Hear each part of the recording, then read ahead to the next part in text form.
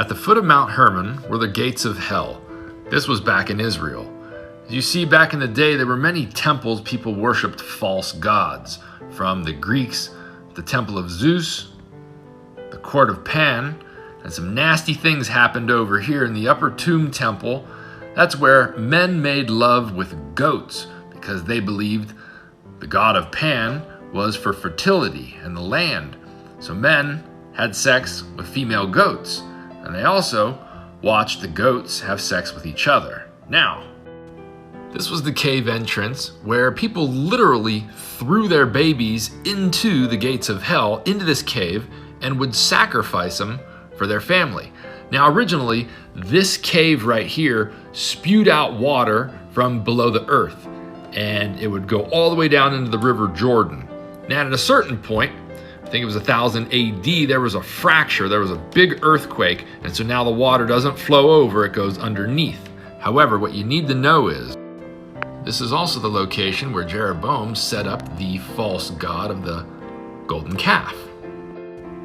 And then during the king's times in those years, they started worshiping Baal, which stood for Prince Baal, Lord of the Dead, Beelzebul. And then this was a picture of the god of Pan, which was half goat, half man. So this was a place totally forbidden by the Jews, but it was the central hub and where a lot of people met, from the Romans to the Greeks, and it was forbidden. Here's why. If you get back into old history, I think it's Second Temple Jewish material, it's old Genesis 6 story.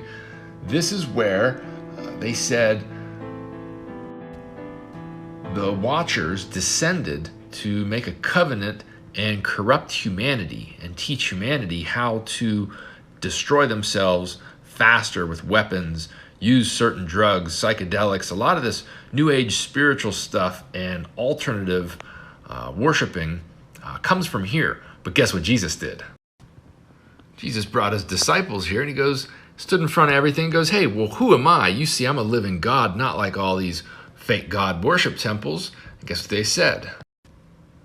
You are the Christ, the living Messiah, Son of the living God.